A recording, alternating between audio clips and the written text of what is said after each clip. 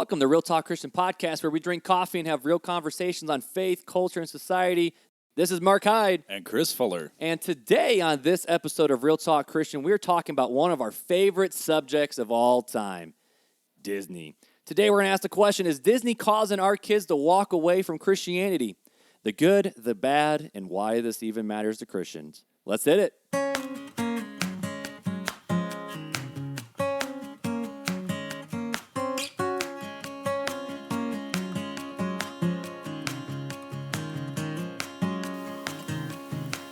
Thank you for joining us at Real Talk Christian, a place where real Christians talk about real issues impacting the community and the world as it pertains to Christians. Now here are your hosts, Mark Hyde and Chris Fuller. What's up, Fuller? What's going on? Dude, what are we talking about today? Today we're talking about the magical world of Disney. Hey, so before we get started... Dude, I love Disney. No. Who really loves Disney? Janelle, my wife, my sweetheart, she is a Disney fanatic and is raising our children that way. So this conversation could lead. You got to tell us the story, though. What part of the story? I mean, like Janelle's socks. Janelle she wears always Disney wears Disney princess socks. socks. Like the girls' rooms, Piper's room is like a princess-themed room, and then Noelle's is like Rapunzel-themed room. And Shiloh, my son that's coming here soon. Yeah, baby number 3. That's going to be Star Wars, which is now owned by Disney. Disney. It's one of those things that without Disney, her life would be a little bit more sad. That's so sad. Yeah. All right, dude. So before we have any conversation about Disney and why Christians should love it or hate it, right? What's your favorite Disney movie? Oh man, you just I knew this question was coming. I feel like we need to have era. Because we've tied in Marvel now, we've tied in Star Wars, and so we've got all these and there's Disney movies. Pixar, right? And so are we talking strictly Disney between like 95 and like 1937 when Snow White came out, or what? Yeah, I would just say Disney. Like if I said, hey bro, let's watch a Disney movie. Let's do what bros do and watch a Disney movie. Okay, but what are we watching? Like, is it like with another Disney, like me and you, Disney fans, like watching together? Like, yeah, you and me. All right, so I would probably say Lion King 1.5. Yeah, because that's like it's like the funniest one. Dig a tunnel, right? Dig a tunnel, dig a tunnel. I mean, who doesn't love Timon and Pumbaa? Dude, that's okay. So Elliot knows that as not Lion King. That's Timon and Pumbaa. That's Timon and Pumbaa. Like I said, hey, you want to watch Lion King? But if I said, hey, do you want to watch Timon and Pumbaa? They're different. Yeah. Lion King 1.5. Oh, dude. See, but there was a while where Nicole and I, literally for the first 2 years of our marriage, maybe 3, we fell asleep to Emperor's New Groove every night. What? Every single night. That movie is Cusco, great. baby. David Spade, Emperor Cusco. Patrick Warburton. I mean, let's not talk about the other shows they're in. Yeah. Those are a little raunchy. But Emperor's New Groove, it's like... What about Kronk's New Groove? I mean, because that was a pretty good sequel to See, I actually really enjoy Kronk's New Groove. Yeah, me too. I like Kronk, his little squeaky. Squeaking. I mean, if you can talk to squirrels, you're cool. I mean, it's dope. And then there's, let's be honest, Mulan. Oh, dude, did you hear about the new Mulan? I heard about the live-action Mulan coming out. No Mushu. I heard about that. No Mushu. Mushu. Eddie Murphy made that movie. I mean, let's just be honest here. Well, I think Mulan actually has the best singing voice. I mean, sans Mandy Moore, because Mandy Moore's the GOAT. Yeah. If you don't know what that means, you're probably not a millennial. Yeah, probably not. Or Gen Z, but that's okay. But, I mean, her voice is just... Mandy Moore is like... she's a phenomenal actor. Voice actor. And, I mean, she plays Rapunzel. I mean, she's like she's a Disney princess. I mean... Which is hilarious, though, because I remember... A Walk to Remember? Was that Mandy Moore back in the day? Was that her? Was that Mandy Moore? I don't know. I don't know. We need a fact checker. I look at that show that's on NBC, This Is Us. That's a couple of the girls in our small group. That's like the show to watch. They kick us out of small groups. Yeah, like we have to end small group early just to watch that. Yep. But it is a really good show. I mean, it's a touching show. That's why I can't watch it. I watch Madam Secretary. I just recently started that based off of your suggestion, and it's got me hooked. So good. I think I'm on like season 1, episode 21 or something like that. Just wait. Yeah, I'm probably going to watch all 5 seasons in like the next month. So, because Chris doesn't have a job. I mean, just kidding. He watches Netflix on the job. Only during slow periods. Oh, my goodness. So, anywho, let's jump into this thing. So, Disney conversation. This is a conversation that I don't think a lot of people have nowadays. So. I think it was bigger in the older generation. Yeah. In The our baby parents' boomers, generation, Gen Z, it was very big. But I think now it's kind of faded away because our generation, most of us are Disney fans. I mean, I grew up on Lion King, Yeah, Hercules, right, and Mulan, and what were some of the other ones we grew up on? Aladdin. Oh, That was a good one. I like the one with his dad. Not the Return of Jafar. Prince of Thieves. It's not. Is it the Prince of Thieves? Is that the one with his dad? Yeah, that's the third one. Yeah, that one's good. Yeah, I love that one. I actually, when I was a young kid, I dressed up as Aladdin for Halloween like 3 years in a row. So, wow. yeah, I was like that. Did you have the vest and all? Oh, yeah. Show that chest off. Well, it was in our Sub-Zero Halloweens. It was a here. fake chest. I mean, it was It wasn't my cultural chest. appropriation. That was back when I was, appropriation. that was back when I was thin. I goodness. could have pulled it off, but But you're good looking. You're a good looking little guy. Oh man, but Disney's fun. But this is a conversation I don't think people have in our circles. Now, in the conservative circles, very much so. I think it's a I grew up conversation here, that and has to be Pocahontas had, was of the devil. And Well, I could. We'll get into that. we'll get into that. But I definitely I think it's a conversation that needs to be had, and I think the conversation has to be had to kind of bridge the gap between the baby boomer generation and millennials. Oh, definitely. And for a little bit of history, side note, Fuller and I go to Southside Baptist Church. We're a Southern Baptist Southside? Church. We're the Southern Baptist Church that what were we talking about in small groups? Like we're the Southern Baptist That Church feels that's non-denominational it's when like- you walk in. Yeah, it's like a stealth Southern Baptist Church. Like our Southern Baptist beliefs are there and they're present and they're in our doctrine. But Very it's obvious. It's We preach Jesus. Like but when no you one's walk business. in, you just don't feel that. Dude, you wore shorts on stage when you were playing bass a few weeks ago. Yeah. Man, I was surprised you didn't like burn. I thought of. And I wore a thought about T-shirt it. on stage too, and I'm a pastor. So Yeah, Woo! to me, it's I'm just a volunteer. So what are they going to do? Fire me? Maybe No. that's why I haven't been playing as much. I mean, that could be. Maybe that could be. We'll talk with Soche about that. Pastor, I'm going to have a talk with you about that. But so a little bit of history. The Southern Baptists back in 1997, along with Focus on the Family and a bunch of other people, actually boycotted Disney. Yeah, basically in mainstream full, Christians. Full-fledged boycott. Not just we don't like this, but if you are a Southern Baptist, if you follow Focus on the Family, you will not watch Disney. Right, yeah. And this was in the height of the peak of Disney. I mean, 97. I think didn't Hercules got dropped in 97. Yeah, or I think something so. like that. Or 96 or It, something. it was right around around there. But Lion King was already dropped. I think Mulan. I don't think Mulan. I mean, was this is dropped right yet. after the But era. this is- 89, you had Beauty of the Beast. 91, you Yes. had, I believe that's when Aladdin came out, 91 or 92. The 90, I know Lion King was 94, wasn't it Lion King? Maybe I Lion got King was this. 91. So then maybe Aladdin was like 93, 94-ish. So Up this in there, was in the it was peak like, of our Disney. they were pumping them out. Like our Disney this that was- we watched. right. This is right in the heart of it. So 1997, they actually had a boycott of Disney, calling all people that it was. We had to boycott it. That was it. I don't remember how many years later, if it was 10 years later, something like that, they actually recalled the boycott. Yeah, that was interesting. So the boycott, and I know this was a cry for the, I'll just use this word, the liberal side of the denomination, and even the liberal side of all the world was like, oh, maybe the Southern Baptists are coming into the culture. It like they hit the slippery slope. Here come the Southern Baptists. Here they come. You know, so and I think after that conversation, it kind of just stopped. So. Yeah. So I guess here's the question. I mean, do we even need to have this conversation? Well, I still think it's a good conversation to have. Again, like we talked about earlier, it's a good way to bridge the gap between that generation that was hard, staunch on boycott, and our generation, which is, let's just be honest, we're a little bit more liberal in some of our views. I go to Starbucks every day, so I mean, can't say anything. Starbucks, our music is not like, we don't stick traditionally to hymns no. like the baby boomers did. We want to drop in the Right, middle of our right. songs. We want to hear Elevation Band and Bethel Hillsong and and Hillsong, Bethel. yep. Yeah, so that's what I mean when I say a little bit more liberal. Our music's changed. You know, there's just different things. We're loosey goosey. a little bit.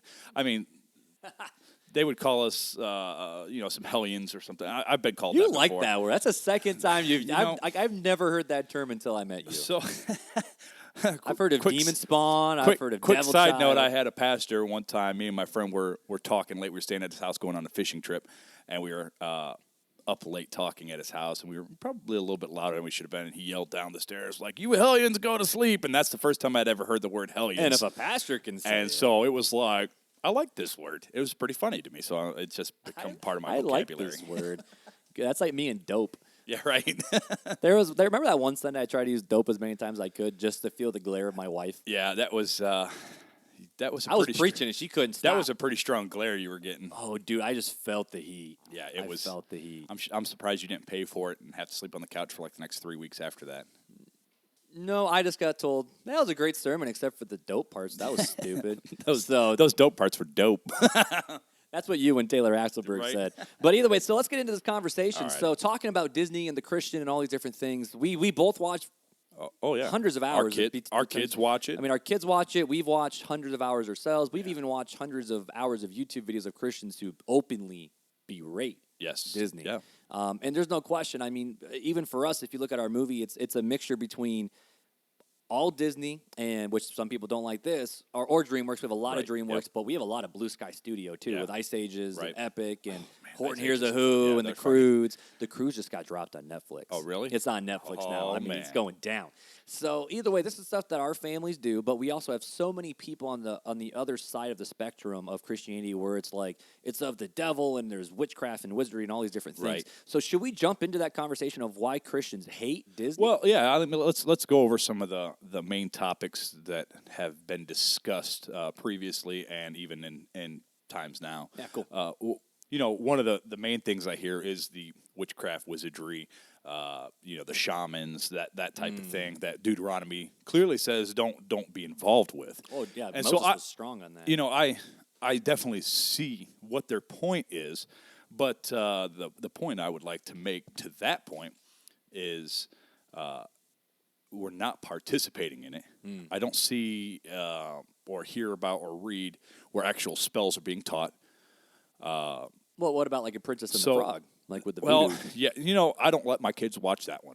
I just don't. I believe that as parents, we need to definitely be screening and auditing everything our kids listen to, watch, to make sure that it doesn't cross the line. Right. But to me, if you're going to go strictly on, well, we can't do things because of witchcraft, wizardry, that's great. Live by your convictions, like Romans talks about. Definitely. I'm not going to berate you or anything like that because of your beliefs or your convictions on that. But I would also challenge to ask, do you read C.S. Lewis? How about J.R. Tolkien? I mean, these guys use wizardry and what some Christians would call witchcraft. They're throughout the books. It's a fantasy world, but they're bringing good values and points to Christians' attentions through different storytelling. So that would be my main point of as a Christian father, I am not convicted personally about the things that some of these other Christians are. And not that they're wrong, and not that they're right. I mean, right. God hasn't revealed it to me yet. Like, I want to push back a little bit because you hear the question of, oh, so if you're a Christian and you like C.S. Lewis and the Narnia, Narnia is one of the most beautifully. Right. I've only read like one book of Narnia. Oh man. Not even and I feel like we need a sponsorship from Audible.com because I've even dropped Audible.com in church like crazy. Yeah. And Big Brother always listens and pulls up ads on our people's phones. Right. It's hilarious. I don't read books. Well, I'm reading 2 right now. I'm an audio listener. But I listen to a ton of audiobooks. But I'll give you the Narnia books on audio. I have them, so you can listen to them. I'm down with that. I'm reading Not Forsaken by Louis Giglio right now. But the real book, because it was mailed to me from Louis Giglio's office, signed by Louis Giglio. What? It's awesome. It even says to Pastor Mark, and I'm just like, fanboy. I went you have to hard. read that. I went crazy. I mean, I'm even wearing the wristband he sent me too that says "Loved Son." So, Louis Giglio, when you're listening to this, your boy got his book. Come visit us on the south side of South Bend and jump into this podcast. And bring Christian Stanfield, please. Please bring Christian Stanfield and the whole Passion City band. Leave Reckless Love at home, but you can bring... Oh, come on. I like Reckless Love. That was a low blow. But no, but anywho. But yeah, so I've read one C.S. Lewis book. I've read, what was not The Lion, the Witch, and the Wardrobe. What was the first one? That was like The Magician's Son. So I read that one back when I was in 4th grade or 5th grade when I was lonely in the summer. But even in nothing the else to title do. right there, I mean, the magicians. Oh, my I goodness. mean, the Lion, the Witch. So back to where I'm pushing at, because people are probably going to start tuning us out here in a second. Yeah, sorry. Which is funny, because the rabbit trailer is putting us back on track. Yeah. I rabbit trailed the rabbit trail that time. You could turf the Because we rabbit trail. talk about, if you're a Christian and you like C.S. Lewis and Tolkien, well, you must like this. Is that kind of comparing the wrong thing? Should we be comparing the Bible to also C.S. Lewis and the Bible also to Tolkien, just like we do? Let's be honest, J.K. Rowling and Suzanne Collins and Hemingway and all these other people. You know, I think that you have to look at the content of the story. What's the content teaching our children? You know, I look at, my daughter was watching Mickey Mouse Clubhouse show today when I got home from work. I love the hot dog song. And so I get there, and they're talking about helping friends. You know, that was basically the gist of this 45-minute episode or whatever it was.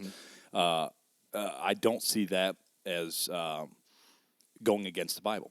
I don't. I see, we're called second greatest commandment is to love each other. And that's Judeo-Christian values Right. there. So I don't have a problem with my daughters watching that, learning that value. You got to take it case by case.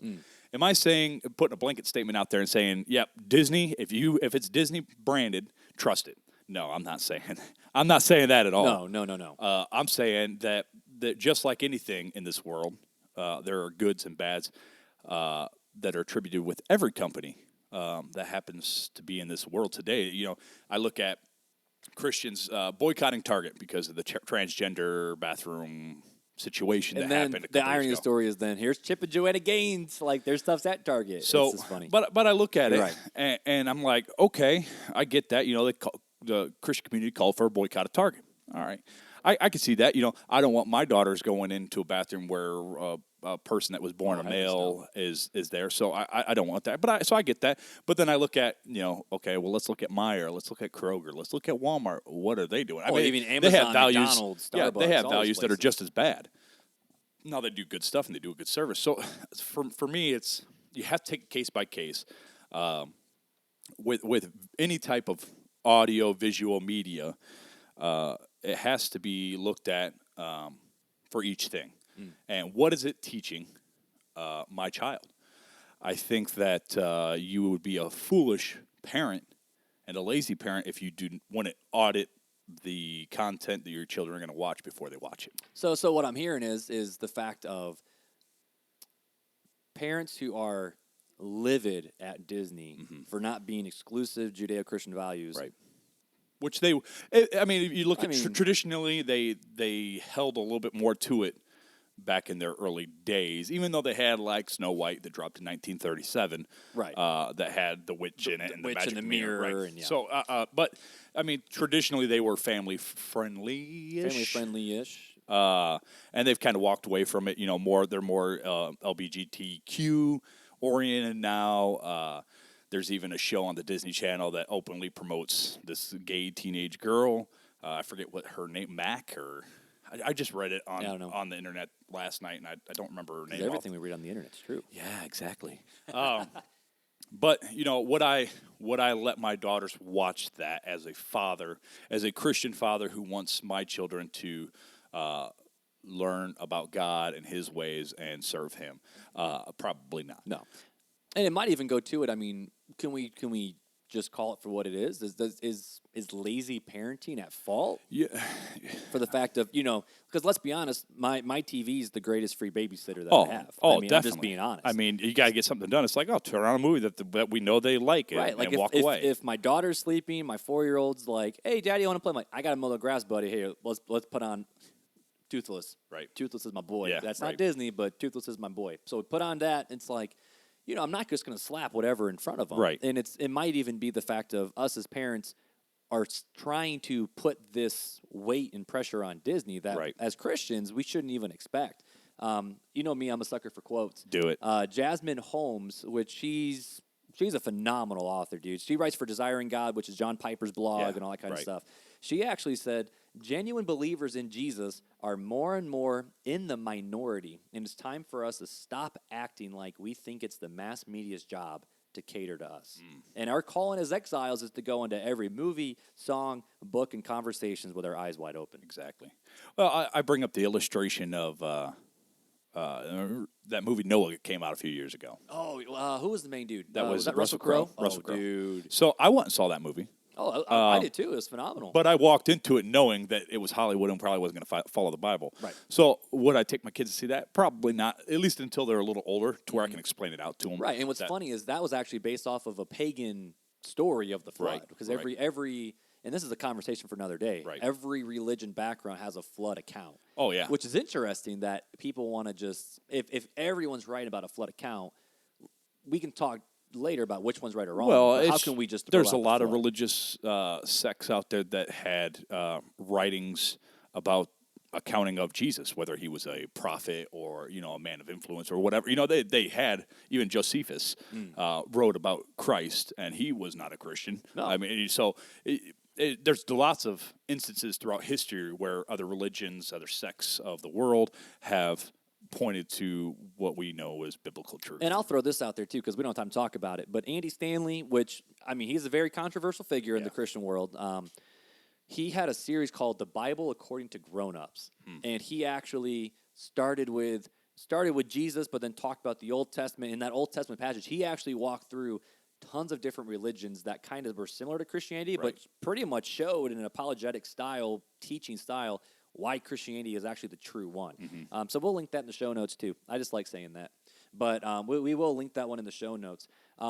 But so I guess the question is what should we as parents do when we discover media that we don't agree with, that we don't like, that we don't follow? Should we get mad? Should we boycott? Should we have conversations? In your opinion, as a Christian dad who, let's be honest, we've only been a dad for like a few years. Yeah, right. So we're experts in this field. Yeah. Obviously, me being a youth pastor, I have a very different lens that I look through with all things with teens because just being very open, I don't only play Christian music in the youth room. Now, for worship time, oh, bro, we only do in worship. Yeah. But the pre-track stuff, I got stuff in there that's not Christian. Right. So what should we as Christians do when we encounter things that don't align with our Judean Christian values? Well, I think we call it for what it is. If there's an I'm not gonna say, oh, Disney is great. Stamp of approval. Right. I'm gonna say Disney has faults, just like a lot of Christians have faults, and they err in ways. And I'm going to audit their content as a parent and be involved. But I'm not gonna throw the baby out with the bathwater. That probably wouldn't be good. No, it's just one of those old sayings. So with some of these Disney movies, would you let your kids watch movies like Pocahontas, where they're painting with all the colors of the wind? Yeah, and even Lion King is the circle of life. Right. There's some very Rafiki. This is shamanism. there's pantheism. Right. What's the old one with Mickey as the sorcerer? Fantasia. I can't watch that. It's too boring. Oh, man, But I love that movie. isn't that pantheism or something like that? Yep. My girls are young enough to where that they don't really understand what they are watching. Ooh, so are you indoctrinating them? So With bad Disney theology? I've heard that, but That's sarcasm, by the way. I make sure that my kids hear the Bible. My kids sit with me when I listen to the Dwell app. Shout out to the Dwell really? app. So they listen to. We went through the whole series of Job. A 7-day series where I listened to the book of Job. Yeah. And actually Piper was asking for it by the end of the week, saying, That's just so listen, cool. Bible, listen Bible. And so it was like, I'm not worried about indoctrinating my children right now because I counteract it with many of the things that Janelle and I do, whether it's prayer with them, teaching them Bible stories. They're at that age of innocence right now. I am definitely careful. I don't just let them watch anything. I try to stick to the stuff with the good stories, with not a lot of witches or stuff like that. One of their favorite movies is Cinderella. So that's a you got the evil stepmother. You've got Cinderella. Yeah, you got the fairy godmother. The beginning, that opening scene is like the magic is back. Right. I don't remember what it says, but it's something similar. It's something silly like that. But anytime that good triumphs over evil, I think that's a good lesson to have. And there's a lot of life lessons. I preached on greed a few weeks ago. Oh, snap, dude. That was like 3 months ago. Right. Goodness. But I preached on greed, and my opening, the entire illustration was the Lord of the Rings, because the Lord of the Rings would not have been the Lord of the Rings. Can I just say that was my favorite sermon because I'm a Lord of the Rings fan. I'm glad you liked it. Other people didn't because of Lord of the Rings. But if greed, greed is the reason why that movie existed. Right. If What's-His-Face would have just thrown the ring of fire into it, nothing would have happened. The souls of men wouldn't have been turned because of the power that they saw in Bilbo and Gollum. Oh, I hate Gollum. And all these different things. I mean, even Boromir died because of greed. But at the same time, we see these great values of Samwise Gamgee. I need a Sam in my life. Yeah, Everybody needs a Sam. Everyone needs a Sam, and everyone needs someone to look out for them. And what does it mean to be a friend and sacrifice? Everybody needs a Gandalf too. That wise voice. I was just thinking for the fireworks. I mean, that stuff was just cool. Those were the coolest. Just be like, hey, dude, can I get like a flaming dragon in the sky, like right now? In green and in blue, please. just all of them. Make it fly around. It'd be dope. You know, it'd be awesome. But I lost all train of thought. It was just a lot of fun. But it's just the fact that there's a lot of good values to get out of Disney. I mean, there's a lot of good lessons and stories that go along, and you know, I see the trend with some of these Disney movies now, like Maleficent that just came out a few years ago. With Angelina Jolie, yep. Yeah, where they promote evil as good. Right. Now, those I take issue with that. I don't want to promote evil as good. I fell asleep in that movie, so I still haven't finished it. But, you know, I look at Rapunzel. My kids love that movie, Tangled. And, oh, goodness. And the story of friendship. And how it. I have a dream. Right. Well, the friendship of that, but even like Pascal, the little chameleon, and her, you know, their friendship together, and the story, the journey that she has to go on to find herself, to discover herself. I don't think those are bad values to have. You have to be careful, definitely. Right. Would I suggest, again, letting your kids watch these Disney movies and as they get older, not explaining things out to them, like, you know, with Lion King, you know, okay, you know, the whole Mufasa appearing in the clouds. That's, you know, that's to your dad, talking to your spirits. That's something that we don't do. Or even Mulan with the dad praying to the spirits, right? And then Or the spirits became alive. Yeah, Mushu calling them. Yeah, you know, you definitely have to explain things out to them. But I think depending on their age, they don't even see that kind of stuff. No, but I think you hit the nail on the head. Is we parents have to screen. I mean, we can't just slap our and this is, I mean, Elliot loves these dinosaur videos on YouTube, and I hate them, man. I mean, how stupid is it? I don't get it. I really don't. How stupid is it where it's like my son wants to watch 20 minutes watching on TV somebody playing with dinosaurs, dinosaur Play-Doh pieces that he has right over there. Right. Like, I'm like, dude, you just binged 40 minutes of these people playing with like Legos and dinosaurs and Paw Patrol, and you could have just been playing with it by yourself. And that's why, I mean, he knows. I mean, I've been very hard-nosed about it. Like, I don't let him watch that unless it's one of those things where, you know, I give him a little earn. I mean, I don't just say no, never. Right. But I don't do it because I don't know what the next YouTube video is. I mean, I just don't know. Yeah, you don't just push play and then walk away. And every movie he's ever seen, I mean, let's be honest, I watch every Disney movie that comes out. Yeah. But I don't just slap him in front of it without knowing what's going on. And even he's 4, he doesn't fully understand it. But I've talked with him about things where it's like when Mufasa died. Yeah. When Mufasa died and he was killed by Scar, like Elliot he actually cried as a 3-year-old when Mufasa died because Simba's daddy died. And I mean, Elliot's a bit of a softie and he has a soft, gentle heart. And I love it. I don't want him to grow out of that. But we talked about it, and then we talked about I had a conversation with 3 about the fragileness of life. Yeah. And that we all will die. Right. And that's why we need Jesus. Yep, and exactly. And it's just it's yeah. cool You can lead into good segues with it. I mean, these stories point out good characteristics that we all should really take something from and learn. And that's it. I mean, we can have so many conversations about Jesus with them. And I mean, I have a Charles Spurgeon quote right here in front of me. And this actually is a true Spurgeon quote. I mean, if you don't know who it is, just say it's Spurgeon. You're probably right. Right. But he said, "Let us expect our children to know the Lord. Let us, from the beginning, mingle the name of Jesus with their ABCs." Yeah. Yeah. No, that's great. I mean, that kind of hits the nail on the head with that.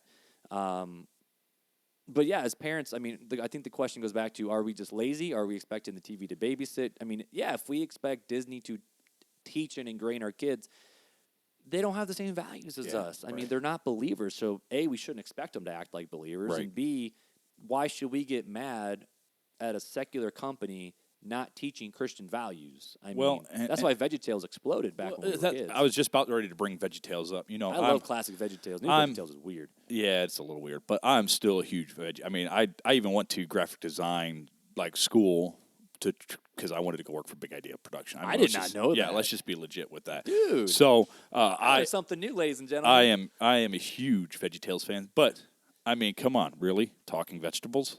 And if that ain't magic, I don't know what it is. And most of them aren't even vegetables. Right. I'm like, the person creating, I'm like, let's have VeggieTales, and the main dude be a tomato. Huh? Like, it's just That's funny. Fruit. It's just so funny. It's like, well, we teach them about Jesus, but we don't teach them what. So, really but again, you know, how far do we want to take the line? Right. I mean, are you going to shelter your kids so much so that they've never seen anything, and then they go out into the world and are blasted from all sides because we can't protect them forever? Right. And that's not a dig on any parents that do want to shelter their kids. I think we should protect our kids from evil as much as possible, but we can't put kids in a box. Right. But at the end of the day, I mean, it's going back to those conversations. Right. And this is a deal that I have with a lot of teenagers is I've been able to have, like just this past week, I had one of my teen girls sitting in my office, and they were talking about music, and she's a huge Panic at the Disco fan, which if you know Panic at the Disco, I mean, Brendan is one of the best vocalists you'll ever hear. He has perfect tune. His beats are fire. Like, I'm even talking like old emo Panic at the Disco versus mainstream. But you can't just sit and listen to his stuff. Like, Hey Look Ma, I Made It's one of my favorite songs. And because it's kind of a stick it to him type idea. Like, hey, Mom, look, I made it. All you guys are crying? Well, it sucks to suck. I made it.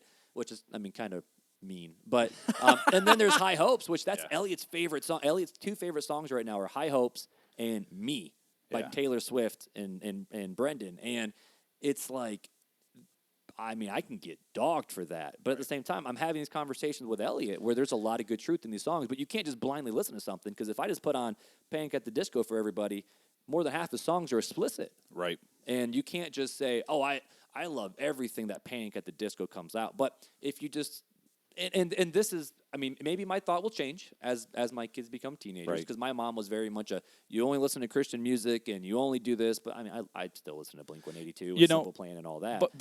But she talked with me about it. We had conversations of, well, why is this bad? Well, why is this good? My dad and my mom were that way too. As they've gotten older in life, they tend to follow more of my way of thinking now. Like, we have the same thoughts on this of, don't be a lazy parent. Explain it out. Right. Have these conversations. Stay connected with your kids. But just because you listen to, I don't know, a song from the 1950s, that's not Christian, a swing music or whatever, it doesn't mean that you're sinning. You got to live by your convictions. That's the first and foremost thing. If God's convicted you of something, you better well listen to it. Right. But if you can't put your convictions on other people, because God hasn't touched them in that way yet. And that's where Pharisee comes in, where it's, if you have a conviction where, honestly, I mean, in our house, I mean, I don't love Pocahontas, but my wife loves Pocahontas. Yeah. Now, Elliot can't stand it. Praise Jesus. But, I mean, I just can't stand that movie, even though I love Mel Gibson and young Christian Bale, man. Young Christian Bale. But Nicole loves that movie. She just flat out loves that movie. But, if for me, it's like, oh, we watch in our house, but if I hear from you, oh, no, we don't watch Pocahontas. And all of a sudden, but then you flip and go, well, if you were a good Christian, you wouldn't watch Pocahontas too. Well, I'll just give you an example. You and I have conversations like this all the time. Yeah, I'll just give you an example of Mark and I. My wife and I, Janelle and I, we don't believe in celebrating Halloween. And the Hydes, they're okay with that. We go ham on That's Halloween. something that God has convicted me and my wife over. But I'm not going to push my convictions and tell Mark that, hey, you're sinning because you do this. No, God's just convicted me about the reasons why I shouldn't. But we've talked about it. Right. And we've had open conversations about it. And just because you disagree, I always go back to, if it's not a fundamental salvation thing and you disagree, doesn't mean you still can't love each other and be friends. You don't have to shun. I hate the word shun amongst Christians when we're called to love each other. Yep. It's not good. There should never be division and shunning and all that stuff because of something that's not pivotal in our faith. It's such an interesting conversation to have. And I mean, even with this whole conversation of should we watch Disney or not, I think there's a bigger picture, right? I mean, definitely. I don't want to keep beating a dead horse because people, I think, have gotten the gist, where it's the fact of we can't expect, I mean, I'll sound like a right wing here, but you can't expect the liberal media to raise your kid the way you want to do it. But it's true. Right, you can't. And I mean, as believers, as exiles, now, I mean, this is where it's hard because some people will say, oh, we're supposed to be in the world but not of the world. Right. I actually hate that quote. I hate it because we are because whenever you try to find that in Scripture, it's actually not in Scripture. Yeah. But what you read is Jesus tells his disciples, you're not already of this world, right? But I'm sending you back into the world, right? So the question is how can we influence our peers if we are bubbling ourselves from the world? Now, of course, what we let in, I mean, garbage in, garbage out, and I teach my teenagers this all the time where I'm not one to teach hard standards. Yeah. I'm one to teach very hard on the heart condition, where if you are constantly putting certain lyrics into your mind, well, no wonder you think these ways. If you deal with anger, if you deal with these things, you probably should not be listening to music that's fire up, let's go do something stupid. And you shouldn't be putting filth in your ears. If you're a dude, or let's be honest, in today's culture, a girl who struggles with either sex addictions, or porn, or even just lust, why should you be listening to stuff like Cake by the Ocean, or these other songs where it's all about sex this, or like, Pitbull and Kesha with Timber, where it's pretty much all about sex? Why would you put that in your mind when you struggle with that? It's kind of like the alcoholic who says, you know what, I'm an alcoholic, I know it, but I'm still going to go to the bar anyways because I'm stronger than them. Yeah, I got friends at the bar, but I want to see that. But it never happens. Right, exactly. I mean, and I don't want to say never because that's not the truth, but you see people where it's very rarely can someone have the strength to do it. That's why I don't put myself in certain positions. Well, I don't watch certain movies and certain TV shows that Nicole can watch because it doesn't affect her the same way it affects me. Now, there still is room for disagreement. There's still room for conversation. But at the end of the day, we can't be lazy in how we raise our kids. Exactly. And that's really the point with as far as speaking to kids, but as far as speaking to us, adults. This episode wasn't just about should our kids. I mean, it was part of it. But how does Disney affect us? And Disney's just a small snippet of the world. Right. I think that Matthew 5:16 says it best. Even 5:13 through 16, where it talks about us being the salt of the earth, and being a city on a hill, and a light. We don't put a lampshade over a light. We're supposed to let our light so shine before men that they see our good works and glorify our Father in heaven. And it doesn't say, and we talked about this in this last Sunday school class, me and the youth. It doesn't say take your light and shine it in an unbeliever's eyes. And blind somebody. It says let it shine before them. Let your light so shine before them. That's illuminating the path to God. It's not to illuminate the path to you. It's not to blind them and point out all their sinful ways. It's to point them to Christ. And that's really what we have to look at. Are the things that we're doing, is it given in the appearance of evil? I look at our future episode, we're going to talk about Game of Thrones. There's a lot of things that we'll get into when we discuss that episode in a later date. Yeah. But, I look at it and I see there's a lot of pornographic images. And full-fledged sex scenes. Right. And so what does that do for us? Is that a good thing to have? And does it give off the appearance of good, or does it give it off the appearance of evil? And does it even push us towards good and evil? Right. How is it going to affect us to be the salt of the earth? And these are the things that we have to look at. I look at some of these Disney movies, and I see good values. I see great values that I want my kids to learn. Right. And then I see some of them that are horrible values. Well, I'm not going to let them watch the ones with horrible values, but the ones with good values, I'm okay with letting them watch. We can talk about it, and let's have that conversation. And I would challenge every parent. I would challenge every person. If you have close friendships, bring up these discussions. Have these discussions. If you see your friend watching something, we brought up the Princess and the Frog. Where it's really centered around voodoo. Right. Well, And that and in Louisiana culture, I mean, what's the song he has? I've got friends on the other side. I got Clearly, friends on the other side, clearly yep. talking about satanic things. right. I would have a problem not saying something to you, Mark, if you were watching that and like, I love this movie. I'd be like, be careful, man. Like, Right, I mean- and I'm not doing it in a way that I'm trying to condemn you, but trying to look after you. Just like I don't think there's anything in the Bible. God doesn't give us this list of rules. It's not a rule book. It's something that benefits us, and it's supposed to help us out. It's not so, oh, well, you have to do this and have to do this because I said so. No, it's because of the betterment of us. It's the good of us. Right. And here's another angle to look at it even, is how are you leaving your legacy? Right. In terms of everything that we instill in our kids, they're going to take that into account, apply it to their lives, and this is part of their past that affects their future. Right. And have these conversations. Where's the idea of if we want to finish well, we want to run our course well, we want to leave that godly legacy. You can't leave it up to Disney to do it. Right. Now, I mean, I love Disney. I mean, once we're done with this podcast, your boy's putting on Mulan because I have to watch Mushu now. But I love Disney, but how am I supposed to expect them to raise my son in what's good and godly? And we went back to this a lot of times, and that's the beauty of the local church where, you know what? Elliot loves cubbies. He begs for cubbies. He loves his Sunday school classes. He loves learning about Jesus, but with his friends too. Like it's not just him alone, and that's the beauty of the local church where we can come alongside each other and help raise our kids together. And we talked about that with the it's still the faith responsibility of the parents. Oh, yeah. Like if you're solely relying, well, my child is going to find Christ because I take him to church or I drop him off at church. That's the wrong attitude to have. You have to be involved with your children and their faith and walk through life with And you them. read that in Deuteronomy where, when you're standing up, when you're sitting down, when you're laying down, fathers, and this is the mandate to us as fathers, is it's not mothers, even though, let's be honest, to call it mothers is, They have the moms harder are job. awesome. they have the harder job because we get to go to work. Yeah. And they work nonstop. Well, it's just like we talked about with Nicole Hobbold. Shout out to Nicole about Nicole how as dads that go to work and moms that stay home with the kids because my wife does, Nicole does, your wife does.